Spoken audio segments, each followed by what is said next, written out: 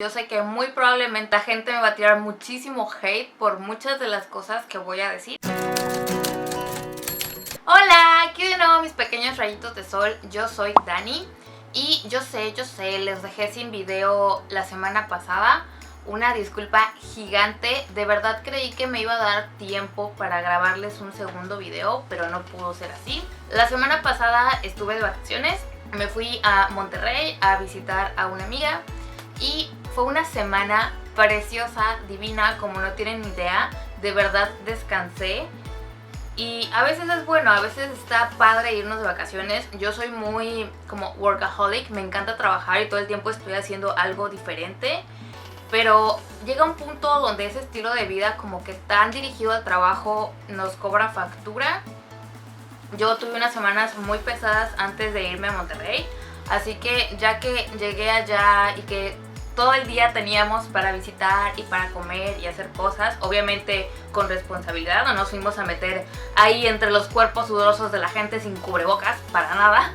Fuimos bastante responsables en ese sentido, así que si ustedes salen, háganlo responsablemente. Pero sí, visitar y ver otras cosas me ayudó bastante, me trajo muchísima paz mental, me trajo muchas cosas buenas, ver amigas que tenía muchísimo tiempo que no veía también. Entonces, si ustedes están pasando como por alguna mala racha o sienten que el trabajo se les viene encima, traten de ver si pueden tener unas vacaciones chiquitas, aunque sea un fin de semana. Créanme que les ayuda un montón. Pero ya me estoy yendo por otro lado. Obviamente el video de esta semana es el video que debía haberles subido esta semana, pero también tenía otra situación por la cual no les podía subir ese video, y es que aún no había terminado ese libro. Así que es bueno que haya venido ahorita, ya terminé el libro, ya hice una investigación y ya les puedo traer más a detalle cada una de las cosas. Y tengo que hacer un disclaimer aquí porque yo sé que muy probablemente me voy a traer mucho hate hacia mí misma. Que la gente me va a tirar muchísimo hate por muchas de las cosas que voy a decir, que voy a contar hoy. Pero quiero recalcarles que esto es mi opinión respecto a esta obra. Todas las personas podemos tener opiniones, las opiniones son tan diversas como los chicles. Y que a mí me guste el chicle de esta manera no quiere decir que a ti te tenga que gustar, así que no hay ningún problema. Me gustaría mucho leer sus opiniones aquí abajo. Pero antes de empezar, yo te recuerdo que aquí abajo hay un botón...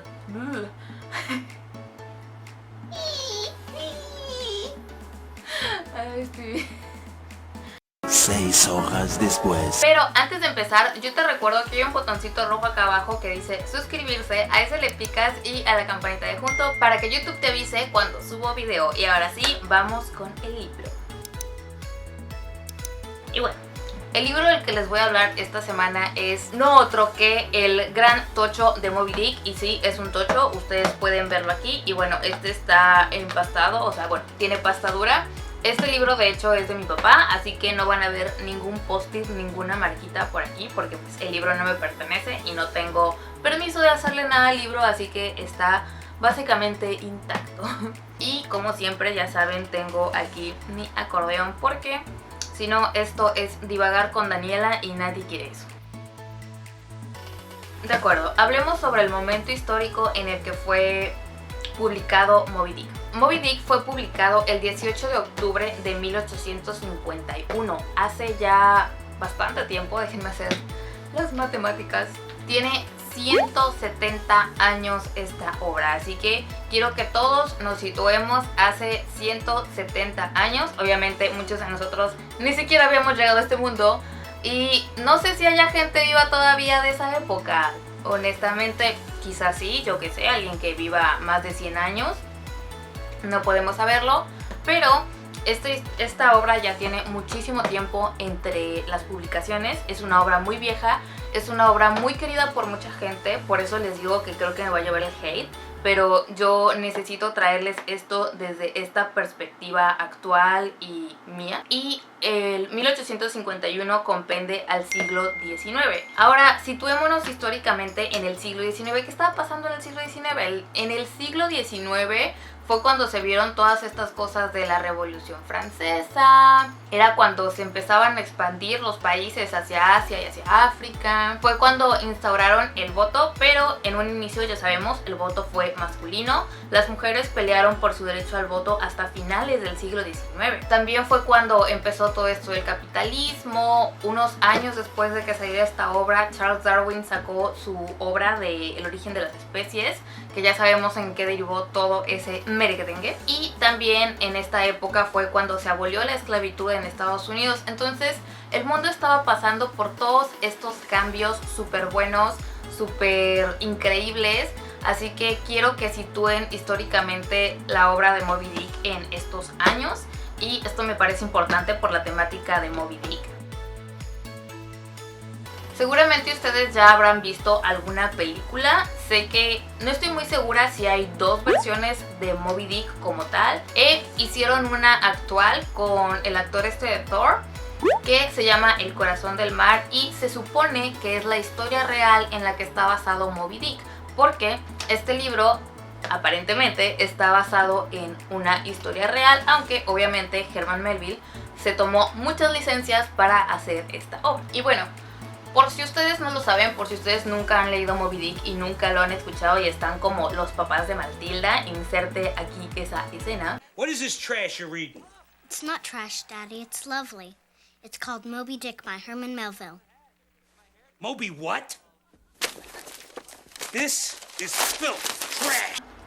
Moby Dick es un cachalote. Puedo decir que es una ballena, pero en sentido estricto no es una ballena porque hay muchísimos tipos de cetáceos y Moby Dick de hecho es un cachalote, no es como tal una ballena. Hay diferentes especies y este libro se encarga bastante bien de explicarnos cada uno, pero si ustedes quieren saber más les voy a dejar aquí un gráfico sobre ciertos tipos de ballenas. Y ellos vienen de Nantucket, y ahí en Nantucket era muy famoso en ese tiempo por la caza de ballenas. Y bueno, yo sé que a muchos nos gustan las ballenas, que creemos que son unos animales preciosos y no entenderíamos por qué alguien podría cazarlos, pero les digo que esto era el siglo XIX y lo que se extraía de la ballena era casi que todo. En la obra también nos hablan mucho de qué es lo que se extrae de la ballena en distintas partes de la novela, pero yo les voy aquí a leer más o menos muy sintetizado qué era lo que hacían. Se extraía el aceite y lo utilizaban para cosas industriales, para la iluminación y como alimento. El spermaceti lo utilizaban para cosméticos, y aquí voy a abrir un enorme paréntesis. Todas las veces que ustedes vean esperma de ballena o el esperma del cetáceo o del leviatán, porque les dicen leviatanes a las ballenas, no están hablando del esperma como tal, de ese líquido que hace que nazcan ballenitas bebés, no es eso. El spermaceti es una parte, o bueno, es un tipo de aceite que sacan del cráneo de los cachalotes. Entonces todo lo que ustedes lean de esperma de ballena es aceite de ballena. No se dejen influenciar por la palabra como tal. No estoy segura de por qué le llaman esperma de ballena. Quiero pensar que porque es un aceite blanco y pues les da como que esta idea de el esperma, pero no tiene nada que ver una cosa con la otra. El esperma de ballena es aceite de ballena. Y como les decía, ese lo utilizaban o lo utilizan todavía para hacer cosméticos. El ámbar gris, que si ustedes leyeron la novela del perfume o si vieron mi video sobre la novela del perfume, se los voy a dejar por acá en algún lado. El ámbar gris era una sustancia como grasosa y medio blanda que utilizaban o utilizan, creo que ya no lo utilizan, pero solían utilizarlo como fijador en los perfumes. Era muy bueno y era como que de las cosas más grandiosas que podías tener para fijar perfumes. Yo sé que actualmente ya hay otras sustancias que son más bien químicas, que ya no tienen nada que ver con las ballenas que usan para los perfumes, así que ahí se los dejo. Y también utilizaban las glándulas endocrinas y el hígado para hacer productos farmacéuticos. La carne, sé que en Japón consumen carne de ballena. Utilizaban los huesos como una forma de marfil, y las barbas de la ballena, que son como los dientecitos estos que tienen, los utilizaban adentro de los corsets para darles la forma y todo esto. Así que sí, Para la gente que cree que los corsets eran estas cosas súper restrictivas, les dejo el canal de Bernadette Barnes. Ella es como historiadora, pero de la moda. Y ella tiene unos videos increíbles sobre la historia del corset, por si quieren saber más de eso. Y ella también ahí lo explica. Así que sí, usaban casi que todo de la ballena. Nada se desperdiciaba en la ballena y obviamente el ir a cazar la ballena era algo de años. Pasaban 3-4 años en el mar buscando a las ballenas y obviamente era la base de la economía, no solo de Nantucket, sino de muchas partes en el mundo, porque cada país tenía su pesca ballenera o su caza ballenera. Y como les decía, aquí llaman muchas veces al cetáceo el leviatán. Vamos a ver de qué trata la obra como tal. Y el libro trata de las aventuras en el barco Pequot. Les voy a dejar aquí el nombre porque estoy segura que estoy destrozando ese nombre. Y la tripulación, más que nada enfocado hacia Ismael, que es quien nos cuenta la obra, sobre sus años en la caza de ballena junto con personas que incluso son salvajes como Quique. Y obviamente muy enfocado hacia el capitán Ahab o Agab. Les voy a poner aquí una lista de cómo he encontrado el nombre de este señor, que él tuvo un encuentro previo con Moby Dick y perdió la pierna de ese encuentro, y él jura vengarse de Moby Dick y darle caza. Y Moby Dick es este cachalote blanco enorme, se supone que es como que más grande que todos los otros cachalotes que puede haber. Y es súper inteligente. La sección donde se está peleando con él es muy padre porque la ballena de verdad se está defendiendo de él y se nota que es una ballena, bueno, un cachalote muy inteligente. Y ahora les voy a hablar de mi propia odisea con este libro. Este libro, como les decía, es de mi papá y mi papá lo compró porque él tenía una obsesión con este como tratado de ¿Cetaceología? Les voy a dejar la palabra aquí, que viene en Moby Dick. Él me contaba que en la copia que él solía tener de este libro venía como que el tratado al principio y ya luego te daba la obra. Este libro, de hecho, aquí dice, no sé si puedan ver, texto íntegro, es como se escribió la novela y como se publicó como tal. Entonces, cualquier otra modificación que haya tenido la novela en las diversas publicaciones a lo largo de los años es irrelevante porque aquí está tal como se escribió y se publicó la primera vez. Y aquí dentro de la obra, dentro de cada una de las partes, es donde te van hablando del cetáceo. ¿Qué es eso? Es un brillo. Creí que era una mosca. ¡Sí, una mosca! Así que se vuelve un poco pesado de leer. Les digo, mi papá me dio este libro y me dijo, Sí, es una maravilla. Léelo, hija. Te va a hacer muy feliz. Y es un clásico. Y todas las cosas habidas y por haber. y yo dije, no lo dudo. Yo soy una persona que le gusta como programar las cosas que va a leer. Casi siempre es como, bueno, voy a leer este y luego me voy a saltar a este y luego voy a leer este. Entonces ya tenía como un orden de las cosas que quería leer. De hecho, esto fue por diciembre, si mal no recuerdo, o antes. Y recuerdo que cuando salió el libro de Sol de Medianoche de Stephanie Meyer, yo lo quería leer. Y fue alrededor de esa época, que no sé si fue en diciembre, creo que fue antes, pero fue alrededor de esa época que él me dijo, ten este libro, léelo. Y yo tuve que abrir espacio entre los libros que tenía pendientes y encajar ahí Moby Dick para darle una lectura. Y pues, quieran que no, quería como que hacer feliz a mi papá. Pero, y aquí va algo que es como un tip si quieren para leer cualquier cosa, y especialmente leer un libro clásico, que muchas veces están escritos en un idioma que ya no utilizamos y que se hace un poco pesado a la lectura. Y esto es que lean el libro porque ustedes quieren leer el libro, porque a ustedes les da curiosidad, porque quieren saber más de esta obra, porque quieren empaparse de la forma en que escribe este autor, o en sus vivencias, o en su estilo o lo que sea, pero que sea de ustedes, que nazca de ustedes el sentimiento de leer estas obras. Yo tengo pendiente ahí la de Los Miserables, que de hecho tengo entendido que se publicó en muchos tomos. Yo solamente tengo, o bueno, el que yo tengo son 2 tomos que son como un poquito más gorditas que esta cosa, porque ahí meten toda la obra en estos 2 tomos y es bastante pesado. Y yo compré esa obra porque yo quería leer esa obra. Y yo empecé a leer esa obra porque yo quería empezar a conocer de esta obra. Obviamente en español, porque aunque sí sé francés, piensen que leer francés antiguo no va a ser tan fácil como leer el francés actual, ¿no? Entonces yo realmente quería leer esa obra y por eso compré esos tomos y empecé a leerlo. ¿Qué pasó? Se hizo pesado, sobre todo por cómo está impreso, que no hay como capítulos, sino que es como que todo un texto corrido sin nada de aire entre ellos, y la lectura se hizo pesada.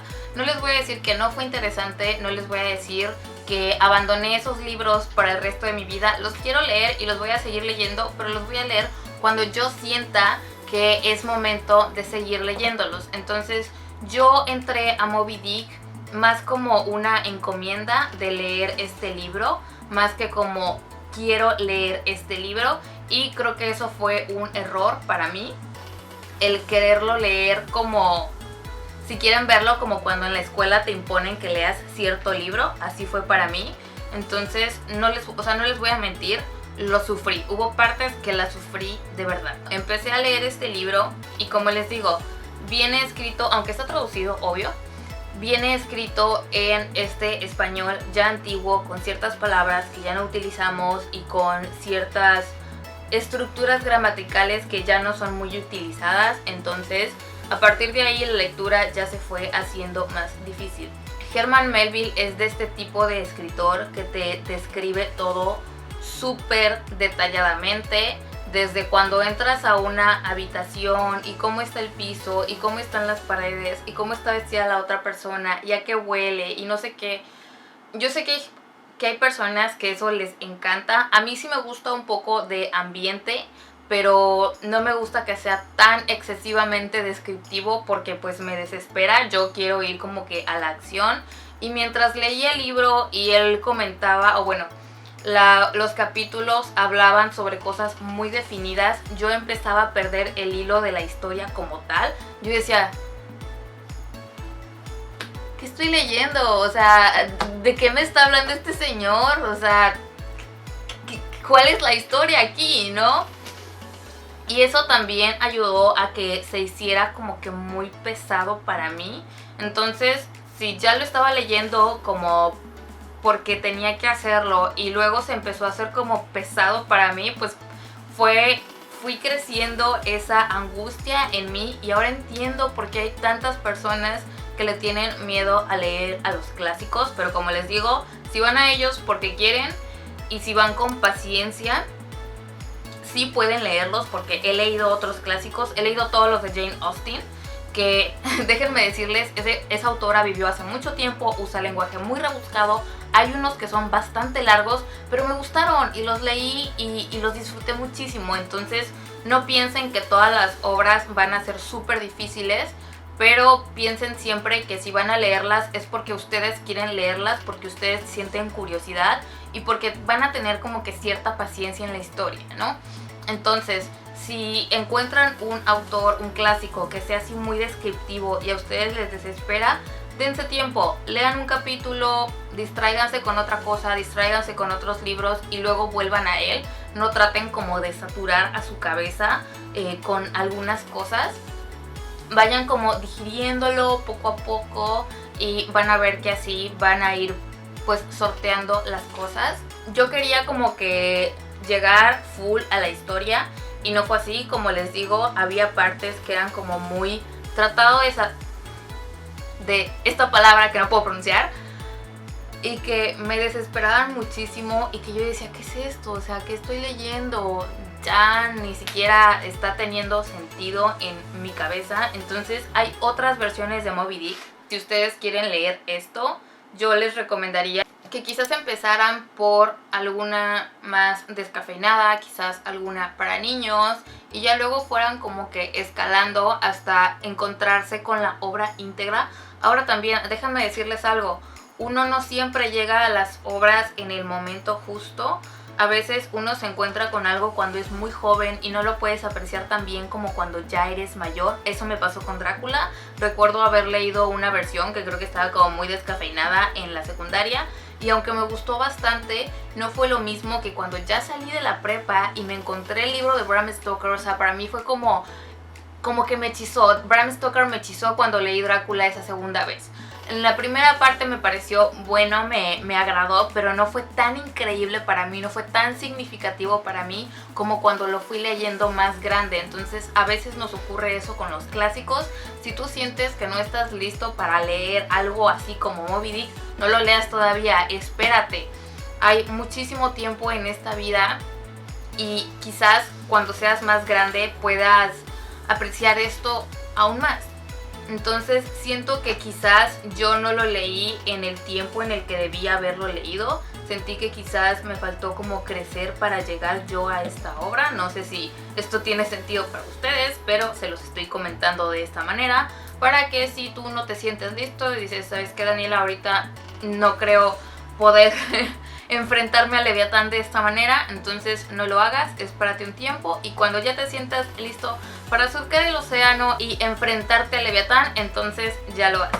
Finalmente anoche para mí fue una cosa, fue un struggle, como dicen en inglés, terminarme este libro. Yo esperaba encontrar, pues como son la mayoría de los libros, como un principio, luego el clímax donde todo confluye y ya luego el desenlace, y no fue así del todo. Perdonen los cambios de luz, como que se nubla y se desnubla, está medio extraño el clima aquí. Esto fue un poco como Carrie en ese sentido, donde todo va como en crescendo y ya al final es como que todo ¡pum!, explota y tienes este final increíble y grandioso y ahí termina la cosa. Pero como les decía, se me hizo tan pesado hacia todo esto que cuando llegué al final yo estaba ya como el meme de güey, ya dame el enfrentamiento de Ahab con Moby Dick, ya quiero terminar esto. Y creo que fue algo que en este caso me molestó un poco, que hubo demasiados previos y previos muy que incluso me sacaban del hilo de la historia como tal. Y ya el jugo, lo que yo esperaba de verdad fue en las últimas 30 páginas. Y sí, o sea, eso es increíble, pero sentí que ya no lo disfruté tanto como debía haberlo hecho, como probablemente mucha gente lo ha hecho, porque ya estaba tan cansada de todo lo demás. Entonces sí, para mí no fue tan agradable, fue como, al fin, ya pasó, ya. Pero no lean un libro con este sentimiento de quiero leerlo y ya para que esto pase. El punto de leer un libro es poderte transportar a otros mundos y poder tener otras vivencias y poder disfrutar de otras cosas. No que te sientas presionado y obligado a leerlo y decir, bueno, ya lo leí, ya pasó, ya, bye con esto. Tampoco voy a decirles que todo fue horrible. Hubo partes que me parecieron muy preciosas. Había mucho como hacia adentro, como de pensamientos muy, pues sí, interiores, ¿cómo se dice? Como reflexiones personales de Ismael dentro de la obra. Entonces había cosas que ya eran, como les digo, demasiado descriptivas y demasiado exageradas. Pero había cosas muy bonitas, muy lindas. O sea, sí creo que este libro es un clásico, es una obra súper importante y tiene cosas muy significativas para uno y para la vida.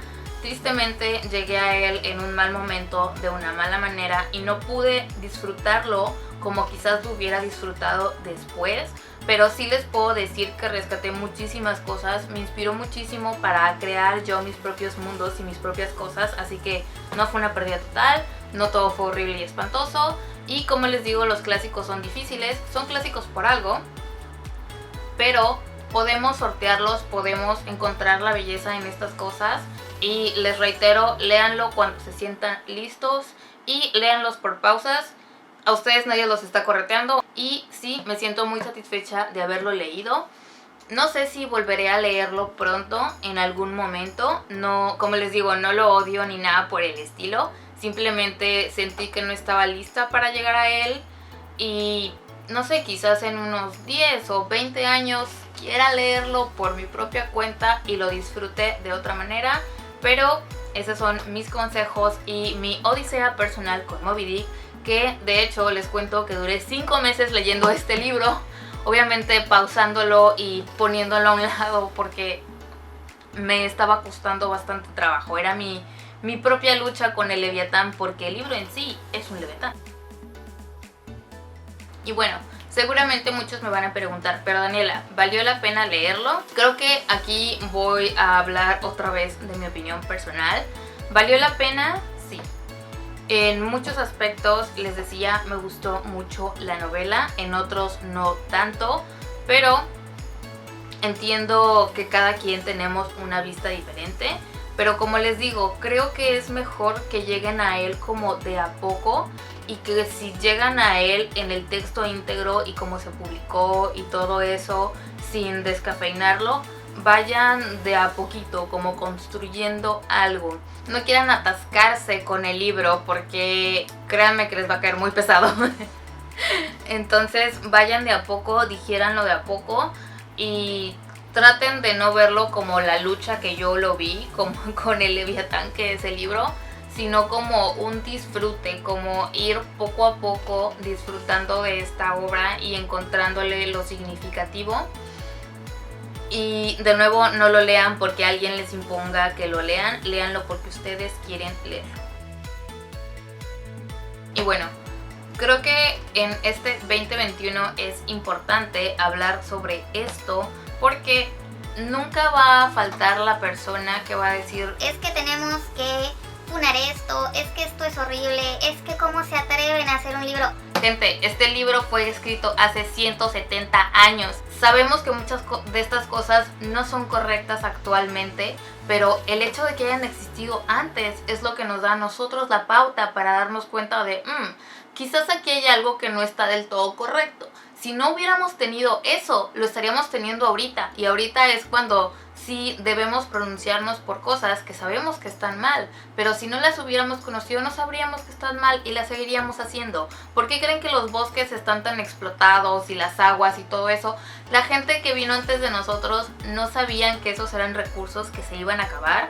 Creían que Dios o el creador o las fuerzas o lo que sea les había dado este mundo vasto que nunca se iba a acabar y que ellos tenían el derecho de explotar este mundo. Cosa que sabemos que ya no es verdad, que todo esto se está acabando, que nosotros somos los culpables de todas estas cosas, pero ellos entonces vivían en la ignorancia completa. Es como nosotros que creemos que podemos alcanzar las estrellas y viajar por el tiempo y no sé qué, que no les digo que no vaya a ser posible.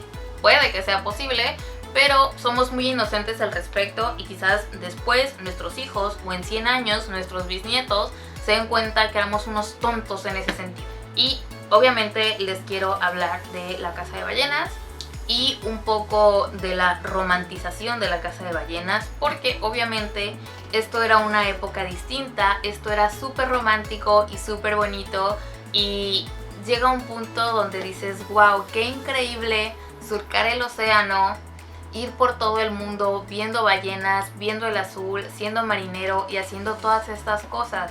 Pero debemos recordar que las ballenas son mamíferos.